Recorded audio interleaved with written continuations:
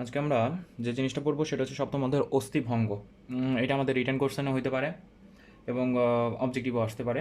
তো অস্থিভঙ্গ এই নামটার মধ্যে বোঝা যাচ্ছে যে হাড়ের যে ভেঙে যাওয়ার একটা কাহিনী, এটা আসলে অস্থিভঙ্গ। তো এখন জানা উচিত যে হাড় আসলে কিভাবে ভাঙতে পারে। আমাদের মাথায় যেটাই প্রথমে আসবে সেটা হচ্ছে চাপে, অত্যাধিক চাপে কোনো একটা কাজ করতে গেছি, সেখানে অনেক চাপ ছিল বা অ্যাক্সিডেন্টালি অনেক চাপ পাইছে কোনো একটা অর্গানে, যেখানের গাঠনিক উপাদান হিসেবে হাড় আছে বা অস্থি আছে। তো সেই অ্যাক্সিডেন্টের জন্য কিন্তু অস্থি ভাঙতে পারে। আরেকটা জিনিস হইতে পারে সেটা হচ্ছে অসুখেও অস্থি ভাঙতে পারে। তো আমরা একটু আসি। তো অস্থিভঙ্গের সংজ্ঞাটা যদি আসতে চাই, তাহলে অবশ্যই আমাদের অস্থিভঙ্গের কারণটা জানা লাগবে। অস্থিভঙ্গ হইতে পারে চাপের জন্য আর অসুখের জন্য। চাপ যেটা অ্যাক্সিডেন্টালি হতে পারে, আর একটা হচ্ছে কোনো একটা কাজ করতে গেছি, আহ, আমার হাত অতখানি চাপ নেওয়ার জন্য বা আমার কোনো একটা অর্গান অতখানি চাপ নেওয়ার জন্য প্রস্তুত না, তারপর আমরা চাপটা প্রয়োগ করছি, সেই জন্য অস্থিভঙ্গটা হতে পারে। তো চাপ একটা হচ্ছে অ্যাক্সিডেন্টালি অথবা কোনো একটা ওয়ার্কিং প্লেস হয়। আর অসুখের মধ্যে আমরা দুইটা অসুখের কথা একটু মনে রাখবো, যেহেতু আমাদের বইয়ে আছে। একটা হচ্ছে অস্থি ক্যান্সার, অস্থি ক্যান্সার, আরেকটা হচ্ছে অস্টিওপরেসিস। অস্টিওপরেসিস,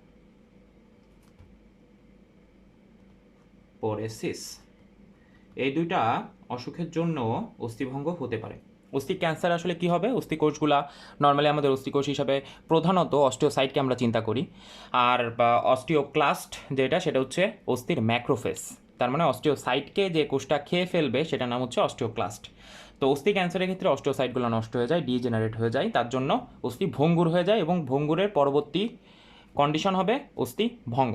হ্যাঁ, অস্থি নরম হয়ে যাবে, ভঙ্গুর হয়ে যাবে, তার জন্য পরবর্তীতে সামান্য চাপ যেটা আমরা নর্মালি নিয়ে থাকি বা দিয়ে থাকি কোনো একটা অস্থিতে, সেই চাপেও অস্থিটা ভেঙে যেতে পারে। আর অস্টিওপরেসিস একটা ক্লিনিক্যাল কন্ডিশন। অস্টিওপরেসিসে নর্মালি আসলে হয় কি, অস্টিওপরেসিসে অস্টিওসাইট এটার পরিমাণ কমে যায়। অস্টিওসাইট কি হবে? কমে যাবে। অস্টিওসাইট আসলে প্রধান অস্থি কোষ। এখন অস্টিওসাইট অস্থির গাঠনিক উপাদান হিসেবে কাজ করতেছে। ম্যাস্ট্রিক্সের মধ্যে যে ল্যামেলি ছিল, মানে হ্যাবাসিয়ান তন্ত্রের মধ্যে যে ল্যামেলি ছিল, ল্যামেলির মধ্যে যে ল্যাকুনা ছিল, ল্যাকুনার মধ্যে অস্টিওসাইট প্রধানত ছিল। এখন অস্টিওসাইট কমে গেছে, অস্থির গাঠনিক উপাদান নষ্ট হয়ে গেছে, তার জন্য অস্থিটা ভঙ্গুর হয়ে গেছে। অস্টিওসাইট আসলে কমে যেতে পারে কিভাবে? ভিটামিন ডি এর নাম তো আমরা সবাই শুনছি। ভিটামিন ডি এর অভাবে শিশুদের রিকেটস রিকেটস রোগটার নাম শুনছি, ছোটোবেলায় পড়ছি। ভিটামিন ডি এর অভাবে শিশুদের রিকেটস এবং বয়স্কদের অস্টিওম্যালাপসিয়া নামক একটা রোগ হতে পারে। তো অস্টিওসাইট কমে যেতে পারে একটা ভিটামিন ডি এর কারণে। তাহলে অস্টিওসাইট কমে গেছে কিসের জন্য?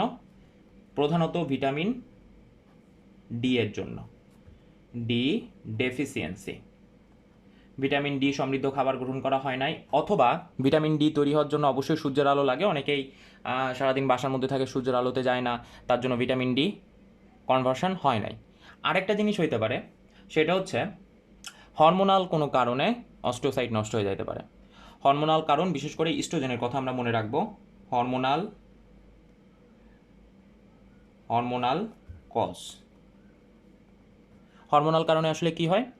ইস্ট্রোজেন একটা হরমোন যেটা হচ্ছে অস্টিওক্লাস্টের কাজ বাড়ায় দেয়। অস্টিওক্লাস্টের কাজ কি? অস্টিওসাইটকে ভেঙে ফেলা। অস্টিওসাইট যদি ভেঙে যায়, পরবর্তী কন্ডিশন কী হবে? অস্থিভঙ্গুর হয়ে যাবে। অস্থির মধ্যে যে গাঠনিক উপাদান ওটা নষ্ট হয়ে গেছে, অস্থিভঙ্গুর হয়ে যাবে, সামান্য চাপে অস্থিভঙ্গ দেখা দিবে। তাহলে বোঝা গেছে? তাহলে অসুখের মধ্যে অস্থি ক্যান্সার, অস্টিওপরেসিসের নামটা আমরা মনে রাখবো। অস্টিওপরেসিসের ক্ষেত্রে অস্টিওসাইটের পরিমাণ কমে যাবে, দুইটা কারণে কমতে পারে। একটা হচ্ছে ভিটামিন ডি, আর একটা হচ্ছে হরমোনাল কজ কিছু থাকতে পারে, যেমন ইস্ট্রোজেন নামক একটা হরমোন ইস্ট্রোজেন। আচ্ছা, ইস্ট্রোজেন কিভাবে এটা মেইনলি কাজ করবে কিন্তু মেয়েদের ক্ষেত্রে। ইস্ট্রোজেন আমাদের মেয়েদের মেনোপজের পর ইস্ট্রোজেনের পরিমাণ নর্মাল থেকে বেশি থাকবে, কারণ ইস্ট্রোজেন তখন যে কাজটা করার কথা ছিল ওটা করতেছে না। ও তখন এন্ডোমেট্রিয়ামের পলিফারেশন, জরায়ুর যে ভেতরে যে স্তরটা যেটার জন্য নর্মালি মেনস্ট্রুয়াল ব্লিডিং হয়, ওইটার বড় বা পলিফারেশন করতেছে না বলে ও কাজ করতেছে তখন হাড়ের উপর গিয়ে, হাড়ের অস্টিওক্লাস্টের অ্যাক্টিভিটি বাড়াই দিচ্ছে। অস্টিওক্লাস্টের অ্যাক্টিভিটি বেড়ে গেছে, অস্টিওপরেসিস হয়েছে, পরবর্তী কন্ডিশন অস্থি ভঙ্গ। বোঝা গেছে? তাহলে অস্থিভঙ্গ আসলে হাড়ের ভেঙে যাওয়ার একটা কাহিনী, যেটার মধ্যে দুইটা কারণে হাড়টা ভাঙতে পারবে। একটা হচ্ছে চাপের জন্য অথবা অসুখের জন্য। এখন অস্থিভঙ্গের সংজ্ঞাটাই কিন্তু তাহলে আমরা এখান থেকে আসতে পারি। অস্থিভঙ্গ বলতে হাড় ভেঙে যাওয়ার ঘটনা, যেটা সম্পূর্ণ সম্ভব হবে চাপের জন্য অথবা অসুখের জন্য। অসুখের মধ্যে আমরা দুইটা অসুখের নাম অবশ্যই উল্লেখ করবো অস্থিভঙ্গের সংজ্ঞা দেওয়ার সময়। আচ্ছা, এখন কথা হচ্ছে অস্থিভঙ্গ আসলে কয় প্রকার। একটা হাড় যদি ভাঙে এবং সেটা কিভাবে ভাঙছে, কতখানি ড্যামেজ হয়েছে তার উপর ভিত্তি করে অস্থিভঙ্গকে প্রধানত 3 ভাগে ভাগ করা যায়। কয় ভাগে ভাগ করা যায় অস্থিভঙ্গকে? 3 ভাগে। প্রথম যে ভাগটা আছে সেটাই হাড়ের ভাঙনটা খুবই নর্মাল। হাড় একটা ছিল, হাড়টা ভেঙে 2টা টুকরায় পরিণত হয়েছে। তার জন্য যেহেতু খুবই সাধারণ একটা ভাঙন, হাড়ের খুবই সাধারণ ভাঙন, ওইটা হইতে পারে অসুখের জন্য অথবা চাপের জন্য। তার জন্য ওই অস্থিভঙ্গকে বলা হবে সাধারণ অস্থিভঙ্গ। প্রথম যে ভাগটা আছে ওটাকে কি বলবো আমরা? সাধারণ অস্থিভঙ্গ। দ্বিতীয় যে ভাগটা আছে সাধারণ থেকে আরেকটু কমপ্লিকেটেড।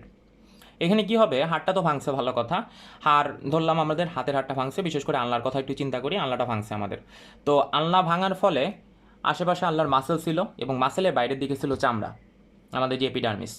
তো হাড় ভাঙছে, ভাঙার ফলে এত চাপে ভাঙছে যে মাসেলগুলো ক্ষতিগ্রস্ত হয়েছে, মাসেলগুলো ফুটা হয়ে, চামড়া ফুটা হয়ে হাড়টা হাতের বাইরে বেরোয় চলে আসছে। ব্যাপারটা বোঝা গেছে? সাপোজ ধরলাম এটা আমাদের এলবো জয়েন্টের পর থেকে রিস্ট জয়েন্ট পর্যন্ত, এখানে রেডিয়াস আলনা 2টা হাড় আছে, আলনাটা ভাঙছে। আলনা ভাঙার ফলে উপরের যে মাসেল ছিল, হাড়ের উপরের যে মাসেল বা পেশি ছিল, যেটা পেশিটা তো ছেদ হয়েছেই, পেশিটা ভেদ হয়ে হাড় যেটা ছিল আমাদের যে এপিডার্মিস, চামড়া ভেদ করে বাইরে চলে আসছে। বোঝা গেছে?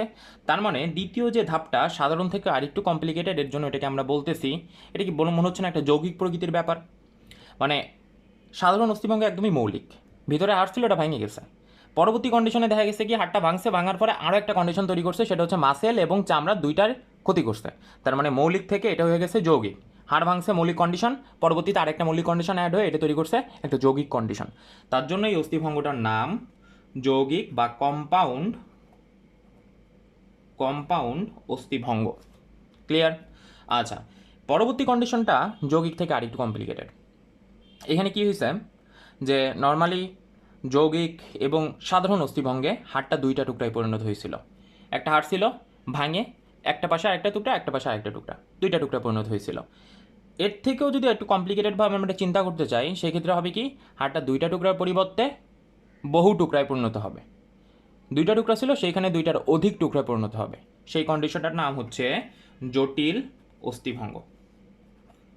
জটিল অস্থিভঙ্গ। তো আমরা অস্থিভঙ্গকে 3টা ভাগে ভাগ করতে পারি। একটা হচ্ছে সাধারণ অস্থিভঙ্গ, যৌগিক অস্থিভঙ্গ, জটিল অস্থিভঙ্গ। এবং পরীক্ষার ক্ষেত্রে আমাদের মনে রাখতে হবে আমাদের উদ্দীপকটা আসলে আসতে পারে ছবি দিয়ে। সাধারণ অস্থিভঙ্গের একটা ছবি থাকতে পারে, যৌগিক অস্থিভঙ্গের একটা ছবি থাকতে পারে, জটিল অস্থিভঙ্গের একটা ছবি থাকতে পারে। তো আমরা একটু ছবি দিয়ে বোঝার চেষ্টা করি। আচ্ছা, এখানে 3টা ছবি দেখা যাচ্ছে। প্রথম ছবিটাই একটা হাড়, মাঝখানে হাড় আর চারিদিকে মাসেল আর বাইরের দিকে এপিডার্মিস। ঠিক আছে? আমরা একটু ক্লিয়ার হই ব্যাপারটা। ভেতরের দিকে হাড় আছে, এগুলো হচ্ছে মাসেল বুঝতেছি বা টিস্যু বুঝতেছি, আর বাইরের দিকে আছে এপিডার্মিস। আচ্ছা, তো এই হাড়টা যদি এখন ভাঙে, মাঝখান বরাবর একটা ভাঙা দেখতেছি, 2টা টুকরায় পরিণত হয়েছে। পরবর্তী কন্ডিশনটা যাই, হাড় ভাঙছে, ভেতরের দিকে পেশি দেখতেছি, বাইরের দিকে এপিডার্মিস দেখতেছি। হাড় ভাঙার ফলে এই পাশের যে টুকরাটা ছিল ওইটা পেশি এবং এপিডার্মিস ভেদ করে আমাদের প্রকৃতি বা এনভায়রনমেন্টের মধ্যেও কিন্তু চলে আসছে। তার মানে কিন্তু হাড়টা আর কোনো পেশি বা চামড়া আবৃত কোনো স্ট্রাকচারের মধ্যে নাই, সেটা কিন্তু পেশি এবং চামড়া ভেদ করে বাইরেও চলে আসছে। পরবর্তী কন্ডিশনটা যাই, পরবর্তী কন্ডিশনে দেখা যাচ্ছে বাইরের দিকে এপিডার্মিস, তার নিচে পেশি, তার নিচে অস্থি আছে। অস্থিটা ভাঙছে, যে মাঝখান বরাবর ভাঙছিল ওই মাঝখানে আরও কতগুলা টুকরা দেখা যাচ্ছে। তার মানে আমরা একটু আগে যে জিনিসটা বুঝলাম সেইখান থেকে একটা কনক্লুশনে আসতে পারি, 2টা টুকরায় পরিণত হয়েছে, চামড়া অথবা টিস্যুর কোনো ক্ষতি হয় নাই। তার মানে এই ধরনের অস্থিভঙ্গকে আমরা বলতে পারি সাধারণ অস্থিভঙ্গ। সাধারণ অস্থিভঙ্গ। ক্লিয়ার?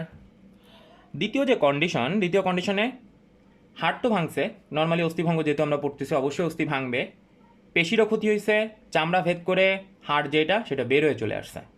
তার মানে আমরা এটাকে বলতে পারি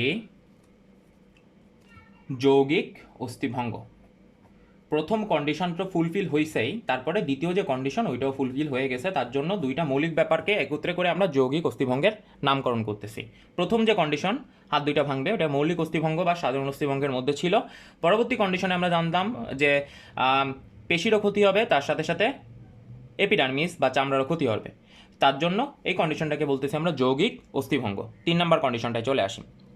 3 নম্বর কন্ডিশনটাই আমরা দেখতেছি হাড়গুলা অনেকগুলো ছোট টুকরায় বিভক্ত হয়েছে, এবং আমরা পরবর্তী লেসন থেকে জানতে পারছি যে এরকম যদি টুকরাযুক্ত কোনো অস্থিভঙ্গ হয় তখন আমরা তাকে নাম দিব জটিল অস্থিভঙ্গ। নাম কি হবে এটার? জটিল অস্থিভঙ্গ। ক্লিয়ার? কনসেপ্টটা অবশ্যই ক্লিয়ার রাখা লাগবে, কারণ এই ছবি দেখেই বুঝতে হবে যে কোনটা কোন ধরনের অস্থিভঙ্গ, এবং যদি কনসেপ্টটা ক্লিয়ার না থাকে তাহলে কিন্তু আমাদের পরবর্তীতে সৃজনশীল অ্যান্সার করতে গিয়েও অনেক ঝামেলা হবে। তো অবশ্যই কনসেপ্টটা ক্লিয়ার রাখা লাগবে। এবার চলে আসি সাধারণ অস্থিভঙ্গ, যৌগিক অস্থিভঙ্গ এবং জটিল অস্থিভঙ্গে আসলে ভেতরে প্যাথোলজিটা কী হয়, ভেতরে আসলে ঘটনাটা কী হয়। সাধারণ যে অস্থিভঙ্গ, আমরা যদি এটাকে ডিফাইন করতে চাই, এটাকে একটা সংজ্ঞা দিতে চাই, সঙ্গে আমরা কীভাবে দিতে পারি? প্রথম কথা, হাড়টা দুইটা টুকরা বিভক্ত হবে। হাড় কয়টা টুকরা বিভক্ত হবে? টুকরা কয়টা হবে? দুইটি টুকরা। যৌগিক অস্থিভঙ্গের ক্ষেত্রে হাড় দুইটা টুকরা হবে, দুইটা টুকরা। কিন্তু জটিল অস্থিভঙ্গের হাড় অবশ্যই গ্রেটার দেন 2 টুকরা। ক্লিয়ার? দ্বিতীয় কথার মধ্যে আমরা আসি, চামড়া বা পেশির কোনো ক্ষতি হবে সাধারণ অস্থিভঙ্গে? কোনো ধরনের ক্ষতি হবে না। চামড়া পেশি ক্ষতিগ্রস্ত হয় না। চামড়া বা পেশি, বইয়ের মধ্যে পেশিটাকে আসলে টিস্যু দিয়ে উল্লেখ করছে, যে পেশি বা টিস্যু যে কোনো একটা মনে রাখলে বা লিখলে হবে, সমস্যা নাই। চামড়া বা পেশির ক্ষতি হবে না। যৌগিক অস্থিভঙ্গের কথায় চামড়া বা পেশির কিন্তু ক্ষতি অবশ্যই হবে, ক্ষতি হবে। এবং 3 নাম্বার, চামড়া পেশির ক্ষতি তো হবেই, যেহেতু বহু টুকরা হয়েছে তার মানে এখানে অনেক প্রেশার লাগছে। তো প্রেশারটা বাইরের থেকে আসছে, বাইরের থেকে আসার ফলে অবশ্যই এপিডার্মিস এবং পেশি ভেদ করে প্রেশারটা আসছে। সাপোজ ধরো কারো হাত বা পা 2 টনের একটা ট্রাকের নিচে পড়ে গেল, তো প্রেশারটা আসতেছে বাইরের থেকে। প্রথমে প্রেশারটা আসবে এপিডার্মিসের উপর, তারপর আসবে মাসেলের উপর, তারপর আসবে হাড়ের উপর। চামড়া ক্ষতিগ্রস্ত হচ্ছে প্রথমে, পেশি ক্ষতিগ্রস্ত হচ্ছে দ্বিতীয়তে, আর তৃতীয়তে গিয়ে হাড় ক্ষতিগ্রস্ত হচ্ছে। এবং হাড় কিন্তু এখানে এরকম আমরা যেরকম দেখতেছিলাম 2টা টুকরা, ওইখানে 2টা টুকরা পাওয়া যাবে না, কারণ প্রেশারটা ছিল অনেক বেশি। একটা ব্রড এরিয়ার মধ্যে অনেক বেশি প্রেশার দিচ্ছি, তার মানে ওইখানে যে স্ট্রাকচারগুলো ছিল ওইগুলো অবশ্যই অনেকগুলো টুকরায় বিভক্ত হবে, কারণ এটা কিন্তু একটা কম্প্যাক্ট জিনিস একটা। তো তুমি যদি এখানে প্রেশার দাও অবশ্যই কিন্তু অনেকগুলো টুকরা আসবে। মাসালের মতো না যে প্রেশার দিলাম একটু বসে গেল আবার ঠিক হয়ে গেল, তাই না ব্যাপারটা? তাহলে এইখানে চামড়া পেশি ক্ষতিগ্রস্ত হবে, তার সাথে সাথে অবশ্যই হাড়ের মাঝে লিগামেন্ট থাকে, হাড় আর হাড়ের মাঝে লিগামেন্ট থাকবে, আবার পেশি আর হাড়ের মাঝে টেন্ডন থাকবে। আবার যদি এই হাড়টা ধরলাম এটা আমাদের আলনা, আমি রেডিয়াসটা ধরলাম ওই পাশে আছে আমরা দেখতে পাচ্ছি না, এটা যদি আলনা হয় তাহলে এই পাশে অবশ্যই শোল্ডার জয়েন্ট আছে, এলবো জয়েন্ট আছে, আর এই সামনের দিকে আছে রিস্ট জয়েন্ট, মানে এলবো বলতে আমাদের কোনই সন্ধি, আর এই পাশে আমাদের কবজি সন্ধি যেটাকে বলতেছি রিস্ট জয়েন্ট, ওইটা আছে। হাড়টার মাঝখান বরাবর ভাঙন দেখতেছি, তার জন্য মনে হচ্ছে না এলবো জয়েন্ট বা রিস্ট জয়েন্ট কোনোটাই কাছাকাছি আছে। সাপোজ ধরো হাড়টার ভাঙন এইখান বরাবর হয়েছে, তাহলে অস্থি সন্ধি যেটা ছিল ওইটাও ক্ষতিগ্রস্ত হবে, কারণ অনেক বেশি পরিমাণ চাপ অনেক বেশি জায়গা ধরেছিল। ব্যাপারটা বোঝা গেছে? তো এখানে ক্ষতিটা আসলে শুধু চামড়া আর টিস্যু বা পেশির মধ্যে সীমাবদ্ধ থাকবে না, ক্ষতিটা মাসেল, চামড়া, টেন্ডন, লিগামেন্ট, ইভেন অস্থির সন্ধির মধ্যেও যাবে। ক্লিয়ার? তো আমরা আসতে পারি এখানে ক্ষতিটা আসলে কিসের হবে? চামড়া, পেশি, টেন্ডন, লিগামেন্ট এবং অস্থিসন্ধি।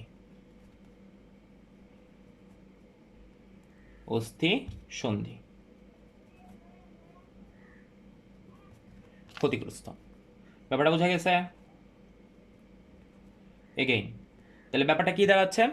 সাধারণ এবং যৌগিক অস্থিভঙ্গের মধ্যে আমরা শুধু চিন্তা করতাম যে চামড়া এবং পেশিটার ক্ষতি হবে, কিন্তু জটিল অস্থিভঙ্গের ক্ষেত্রে যেহেতু অনেক বেশি পরিমাণ চাপ অনেক বড় জায়গার উপর অনেকক্ষণ যাবত না হলেও সামান্য কিছু সময়ের জন্য হলেও থাকবে, তো এইখানে ক্ষতিটার পরিমাণ শুধু চামড়া এবং পেশির মধ্যে সীমাবদ্ধ থাকবে না, ক্ষতিটার টেন্ডন, লিগামেন্ট এবং অস্থিসন্ধি পর্যন্ত যেতে পারে। ক্লিয়ার? আচ্ছা, এবার চলে আসি 3 নম্বর পয়েন্টে। 3 নম্বর পয়েন্টের ক্ষেত্রে সাধারণ যে অস্থিভঙ্গ, এই সাধারণ অস্থিভঙ্গ আমরা এটাকে বলতে পারি একটা বদ্ধ প্রকৃতির ভাঙন। বদ্ধ কেন বলতেছি? কারণ এই অস্থিভঙ্গটা চামড়া এবং পেশির মধ্যে সীমাবদ্ধ আছে, এটা কিন্তু বাইরে যাচ্ছে না। আমরা কিন্তু এক্সরে না করলে এটা আসলে বুঝতে পারবো না। আমরা নর্মালি বুঝতে পারবো না যে হাড়টা আসলে ভাঙছে, কিন্তু বলতে পারবো যে এখানে ব্যথা হচ্ছে, এখানে ফুলে উঠছে, এখানে লাল হচ্ছে, কালশিরা পড়ে যাচ্ছে, তো এইখানে যেহেতু এত কমপ্লিকেশন আছে অবশ্যই এখানে একটা ঝামেলা হয়েছে। এবং এক্সরে করলে আমরা শিওর হইতে পারবো যে আসলে হাড়টার কিন্তু মাঝখানের যে জয়েন্টটা, মানে মাঝখানে যে অবশ্যই একটা ভাঙন দেখা যাচ্ছে। ব্যাপারটা বোঝা গেছে? তাইলে সাধারণ অস্থিভঙ্গ এর আরেকটা নাম কি হইতে পারে? বদ্ধ অস্থিভঙ্গ। বদ্ধ অস্থিভঙ্গ। এবং যৌগিক অস্থিভঙ্গের আরেকটা নাম হচ্ছে উন্মুক্ত অস্থিভঙ্গ। উন্মুক্ত কেন বলতেছি? কারণ হাড়টা বাইরের পরিবেশের মধ্যে মুক্ত হচ্ছে, তাহলে অবশ্যই এটাকে আমরা বলতে পারি উন্মুক্ত অস্থিভঙ্গ।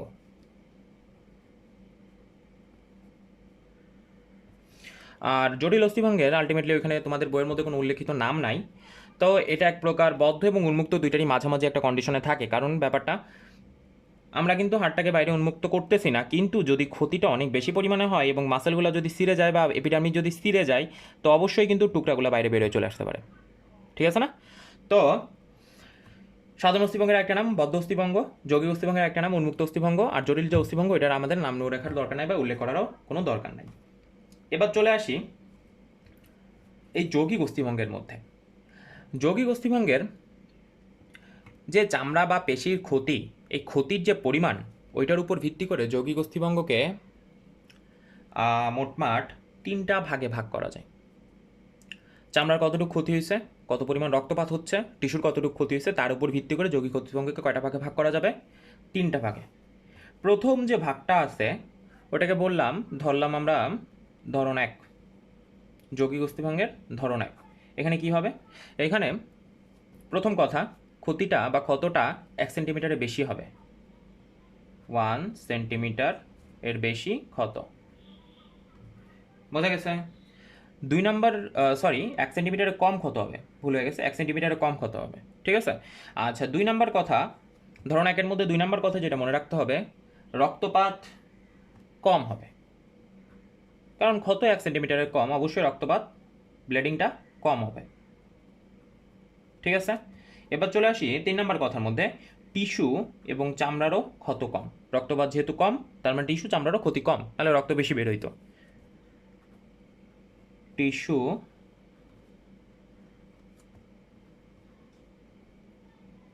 চামড়ার ক্ষত। ক্লিয়ার? চলে আসি ধরন 2-এর মধ্যে। ধরন 2-এর মধ্যে অবশ্যই ক্ষতটা 1 সেন্টিমিটারের বেশি হবে। প্রথম কথা যেটা, ক্ষতটা হবে 1 সেন্টিমিটারের বেশি। প্রথম কথা শেষ। দ্বিতীয় যে কথা, তাহলে 1 সেন্টিমিটারের বেশি যেহেতু ক্ষতি, তাহলে অবশ্যই রক্তপাতও বেশি।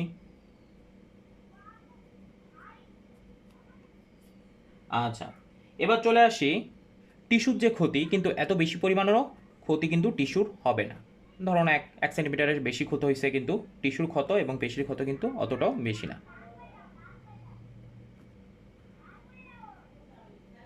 চামড়ার ক্ষত। আচ্ছা, নেক্সটে চলে আসি ধরন 3-এর মধ্যে। ধরন 3। ধরন 3-এ কী হবে? এই সবগুলা কন্ডিশন থেকে আরও হাই লেভেলের কিছু হবে। তার মানে ক্ষত হবে 1 সেন্টিমিটারের বেশি, তো হয়েছিল ধরন 2-এর মধ্যেই, ক্ষতের পরিমাণ যথেষ্ট বেশি, রক্তপাত বেশি, টিস্যু এবং চামড়ার ক্ষত বেশি। সহজ কথা আমরা মনে রাখবো, ক্ষত অনেক বেশি। ক্ষত অনেক বেশি। ক্ষত যেহেতু বেশি, রক্তপাতের পরিমাণও কম। এটা জেনারেল নলেজ থেকে চলে আসবে আমাদের।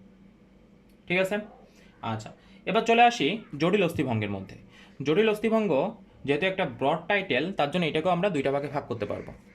প্রথম যেটা হচ্ছে সেটা বহু টুকরা বিশিষ্ট, বহু টুকরা বিশিষ্ট। বহু টুকরা বিশিষ্ট বলতে কি বোঝাচ্ছে? যে টুকরা, যে অস্থি যে ভাঙছিল মাঝখান বরাবর যে টুকরাগুলো দেখতেছে এগুলোর পরিমাণ তুলনামূলক বেশি থাকবে এবং টুকরাগুলো অবশ্যই আকারে ছোট হবে। আরেকটা আছে, সেটা হচ্ছে কয়েক টুকরা বিশিষ্ট। কয়েক টুকরা বিশিষ্ট, বোঝা গেছে? এবং কয়েক টুকরা বিশিষ্ট হতে হলে অবশ্যই আকারটা বড় হতে হবে অস্থির যে টুকরাগুলো ছিল তাদের ক্ষেত্রে। ক্লিয়ার? আচ্ছা, এখন আমরা চলে আসি, এই যে হাড় যে ভাঙলো এটার লক্ষণ আমরা কিভাবে পাবো, মানে অস্থিভঙ্গের লক্ষণটা আসলে কি হতে পারে? এই 3 প্রকার অস্থিভঙ্গের লক্ষণের মধ্যে অবশ্যই অবশ্যই মনে রাখবো যে এই 3 প্রকার অস্থিভঙ্গের লক্ষণ আমরা একটাভাবে প্রকাশ করব, সেটা হচ্ছে আমরা সম্পূর্ণ 3 প্রকার অস্থিভঙ্গ নিয়ে চিন্তা করতেছি। প্রথম যে কথাটা মনে রাখবো, ব্লাডের অস্থির মধ্যে অবশ্যই কিন্তু রক্তের সরবরাহ আছে। তো অস্থি যদি ভাঙে তাহলে অবশ্যই রক্তের সরবরাহকারী যেসব নালী ছিল ওইগুলো ছিঁড়ে গেছে বা টিয়ার হয়েছে, ওইখান থেকে রক্তের সরবরাহ অবশ্যই যে ভাঙন যে অঞ্চলটা আছে ওইখানে এসে পড়তেছে। তার মানে জায়গাটা প্রথমে কি হবে, লক্ষণটা যদি আমি প্রকাশ করতে চাই তাহলে জায়গাটা প্রথমে কি হবে, লক্ষণ। লক্ষণ প্রকাশ করতে গেলে আমাদের প্রথমে মনে রাখতে হবে জায়গাটায় যেহেতু ব্লিডিং হচ্ছে, তার মানে প্রথমে মনে রাখতে হবে জায়গাটা লাল হবে, তাই না? দ্বিতীয় যে জিনিসটা মনে রাখবো, লাল যেহেতু হচ্ছে তার মানে অবশ্যই জায়গাটা গরম হবে, কারণ ব্লাড সাপ্লাই বাড়ছে, ব্লাডের নির্দিষ্ট টেম্পারেচার, ওইখানে বেশি পরিমাণে ব্লাড যাচ্ছে, তার মানে টেম্পারেচারও বাইরে গেছে ওই অঞ্চলটার। 3 নম্বর যে কথাটা মনে রাখবো সেটা হচ্ছে ব্লাড যাচ্ছে, তার মানে ওই জায়গাটা কি বেশি পরিমাণে ব্লাড সার্কুলেশন হচ্ছে, জায়গাটা ফুলে উঠতেছে। আরও একটা কারণে ফুলে উঠবে, সেটা হচ্ছে ওখানে ইনফ্লামেশন হচ্ছে। শুধুমাত্র ব্লাড যাচ্ছে না, ব্লাডের সাথে সাথে ওইখানে কিছু আমাদের সেলুলার মেডিয়েটরস নামক কিছু জিনিস আছে। আমরা হিস্টামিনের নাম শুনছি না, হিস্টামিন, সেরাটোনিন, এগুলো নাম শুনছি না, এগুলো কিন্তু একটা সেলুলার মেডিয়েটরস। বিভিন্ন নির্দিষ্ট সেল নির্দিষ্ট কাজের জন্য এই মেডিয়েটরগুলো রিলিজ করে। তো ইনফ্লামেশন হচ্ছে মানে ওইখানে অবশ্যই জীবাণু ঢুকতে পারে। ফ্যাগোসাইটোসিস করার জন্য অবশ্যই ম্যাক্রোফেজ আসবে, ফ্যাগোসাইটোসিস করার জন্য ম্যাক্রোফেজ আসবে। এইটুকু শুধু আমরা বুঝতে থাকি এখন, কারণ আমাদের সিলেবাসের থেকে বেশি কিছু বোঝারও নাই। তো জায়গাটায় অবশ্যই সকল ধরনের রক্তকণিকার পরিমাণ বাড়বে, কারণ সংক্রমণ সম্ভাবনা আছে। সংক্রমণ সম্ভাবনা থেকে জায়গাটাকে রক্ষা করার জন্য অবশ্যই অবশ্যই আমাদের ওইখানে যে সকল ইমিউনিটি সেলগুলো আছে ওইগুলোকে পাঠাইতে হবে। তো প্রথমে লক্ষণের লাল হবে, দেন গরম হবে, গরম হওয়ার ফলে ওইখানে অবশ্যই কিন্তু ফুলে উঠবে যেহেতু ব্লাড সাপ্লাই বাড়ছে। 3 নাম্বার কথাই ফুলে উঠবে, মনে রাখতে হবে। আচ্ছা, আরেকটা জিনিস আমরা মনে রাখবো যে যে অঞ্চলটাই ভাঙছে তার চারিদিকে নার্ভ সাপ্লাই আছে। নার্ভ সাপ্লাই যেহেতু আছে, চারিদিকে অবশ্যই নার্ভ সাপ্লাই আছে, জায়গাটা ফুলে উঠতেছে, নার্ভের উপর প্রেশার দিচ্ছে। আরেকটা ব্যাপার মনে রাখতে হবে, হাড়ের মধ্যেও কিন্তু নার্ভ সাপ্লাই আছে। তো নার্ভ অবশ্যই কিন্তু ছিঁড়ে যাচ্ছে বা ওইখান থেকে কিন্তু ব্যথার একটা অনুভূতি আমাদের আসবে, তাহলে অবশ্যই অবশ্যই ব্যথা হবে। ফুলে উঠতেছে তার জন্য উপরের নার্ভ, যে অঞ্চলটা ফুলে উঠতেছে সেইখানে থাকা নার্ভের উপর প্রেশার দিচ্ছে, অবশ্যই একটা পেইন সেন্সেশন আমাদের মাথায় যাচ্ছে। আরেকটা কথা, হাড়ের মধ্যে যে নার্ভ সাপ্লাই ছিল সেটাও ছিঁড়ে যাচ্ছে, সেইখান থেকে একটা পেইন সেন্সেশন আসতেছে। তাহলে আমাদের এই 4 প্রকার হাড় ভাঙার মধ্যে লক্ষণ কমন। প্রথমে জায়গাটা লাল হবে, গরম হবে, ফুলে উঠবে, ব্যথা হবে। এখন কথা হচ্ছে লাল হবে একটা নির্দিষ্ট পিরিয়ড পর্যন্ত, কারণ সাপোজ ধরলাম আমাদের হার্ট থেকে অক্সিজেনেটেড ব্লাডই আসতেছে, রাইট লেফট ভেন্ট্রিকল থেকে আমাদের অক্সিজেনেটেড ব্লাড যে অঞ্চলটা ভাঙছিল ওইখানে আসতেছে। এখন ওইখানে যে আর্টারিগুলো ছিল ওইগুলো তো ছিঁড়ে গেছে, বা ভেইনগুলো ছিল সেগুলো তো ছিঁড়ে গেছে। নর্মালি ভেইন থেকে ব্লাডটা রাইট অ্যাট্রিয়ামের মধ্যে কিভাবে যায়, রাইট অ্যাট্রিয়াম প্রসারিত হয়, জায়গাটা ফাঁকা হয়ে যায়, জায়গাটা পূরণ করার জন্য ভেইন ব্লাডটা নিয়ে রাইট অ্যাট্রিয়ামের মধ্যে দিয়ে দেয়। ব্যাপারটা এমন না, সাপোজ এখন আমি ভেইনটার মাঝখান থেকে কেটে দিলাম, তাহলে কি ওই ভেতরের প্রেশারটা থাকবে? রাইট অ্যাট্রিয়াম প্রসারিত হয়েছে, তার জন্য কি ব্লাডটা রাইট অ্যাট্রিয়ামের ভিতর যে পড়বে? কখনোই পড়বে না। তাহলে জায়গাটার মধ্যে ফার্স্টে আসছিল অক্সিজেনেটেড ব্লাড, অক্সিজেন দিয়ে কার্বন ডাইঅক্সাইড ওই ভাঙা অঞ্চল থেকে গ্রহণ করছে, তার মানে ব্লাডটা আস্তে আস্তে ডিঅক্সিজেনেটেড হয়ে যাচ্ছে। ডিঅক্সিজেনেটেড ব্লাডের কালার কেমন হবে? নীল বর্ণের। তার মানে লক্ষণে প্রথমে আমরা লাল দেখতে পাবো, কিন্তু জায়গাটা ধীরে ধীরে নীল হবে। জায়গাটা কি হবে? ধীরে ধীরে নীল, মানে কালচিরে পড়ে যাবে।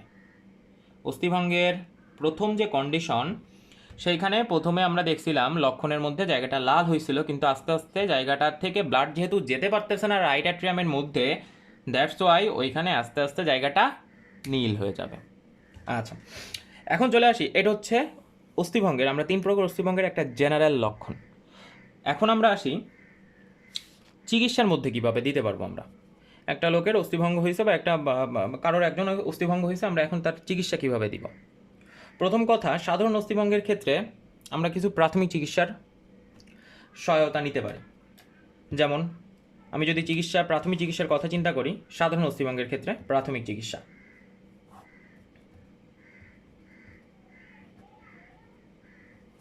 প্রাথমিক চিকিৎসার মধ্যে সাধারণ অস্থিভঙ্গের কী আছে? যেহেতু রক্তের সঞ্চালন হচ্ছে না, জায়গা থেকে রক্তটা আমরা হার্টের মধ্যে পাঠাইতে পারতেছি না, তাই না? তার মানে তার জন্য তো এখানে কালসেরা পড়ে যাচ্ছে, ডিঅক্সিনেটেড ব্লাড জমা হচ্ছে, তার জন্য কালসেরা পড়তেছে। তার মানে অবশ্যই আমাদের এমন একটা কিছু করতে হবে যাতে করে ব্লাডটা ওই ভাঙা অঞ্চল থেকে রাইট অ্যাট্রিয়ামের ভেতরে যেতে পারে। আমরা গ্র্যাভিটি সহায়তা নিতে পারি, অভিকর্ষ যে বল আছে তার সহায়তা নিতে পারি। কীভাবে?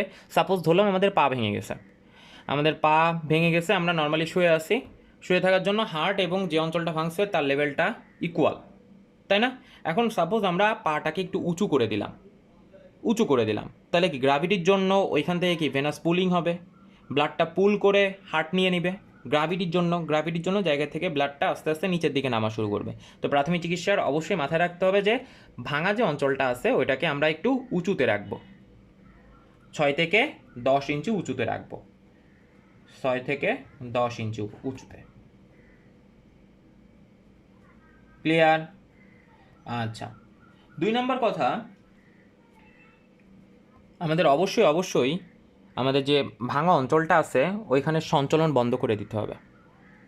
এমনি আমরা পারবো না সঞ্চালন করতে, তারপরও যেমন আমাদের রেডিয়াস আনলার মধ্যে যদি রেডিয়াস ভাঙে, তো আমরা কিন্তু তাও হাত বা আমাদের কনুইসন্ধি বা হাতের কাজ চালাইতে পারি, কারণ ম্যাক্সিমাম ভার আনলা গ্রহণ করে, তাই না?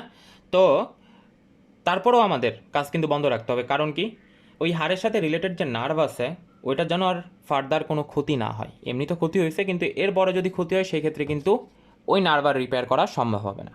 ব্যাপারটা বোঝা গেছে? তাহলে অবশ্যই অঙ্গের সঞ্চালন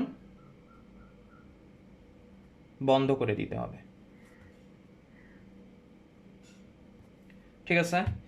আচ্ছা, অঙ্গের সঞ্চালন যদি বন্ধ করে দিই তাহলে অবশ্যই ব্যথাও কম হবে। সাপোজ এখন একটু চিন্তা করি, ব্যথা কমতেছে না, তাহলে অবশ্যই আমাদের তখন কিসের সহায়তা নিতে হবে? কোনো ব্যথানাশক ওষুধের সহায়তা নিতে হবে। আমরা প্যারাসিটামল ইউজ করতে পারি নর্মালি, এবং চিকিৎসকের পরামর্শ তো নিতেই হবে, কিন্তু সেইখানে যাওয়ার আগে প্যারাসিটামল আমরা ইউজ করে ব্যথাটাকে কমাইতে পারি। তাহলে ব্যথানাশক আমরা ব্যবহার করতে পারি প্রাথমিক চিকিৎসার অন্তর্গত, ব্যথানাশক। আর আমরা যদি, এটা প্রাথমিক চিকিৎসা ছিল, আমরা যদি এর পার্মানেন্ট কোনো ট্রিটমেন্ট চাই, অবশ্যই আমার চিকিৎসা ব্যবস্থার মধ্যে কী আসতে হবে? তাহলে পার্মানেন্ট চিকিৎসা ব্যবস্থা, সেটা হচ্ছে প্লাস্টার করতে হবে, প্লাস্টার। এবং নর্মালি প্লাস্টার করলে 8 সপ্তাহের মধ্যে রোগী হাড়টা জয়েন্ট লেগে যাবে, রোগীর যে হাড় ছিল সেটা জয়েন্ট লেগে যাবে। কত টাইম লাগবে তাহলে? 8 সপ্তাহ। ক্লিয়ার? আচ্ছা, এবার চলে আসি যৌগিক অস্থিভঙ্গের মধ্যে।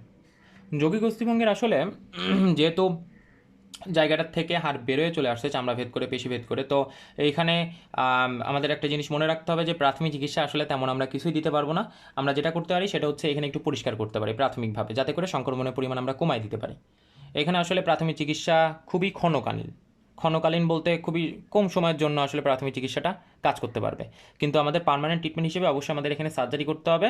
সার্জারি করে হাড়টাকে ভেতরে ঢুকায় অবশ্যই স্ক্রু দিয়ে বা যাই হোক যে কোনো একটা প্রসিডিউর মেনটেন করে একটা হাড়ের সাথে আরেকটা হাড় জোড়া লাগাই দিতে হবে।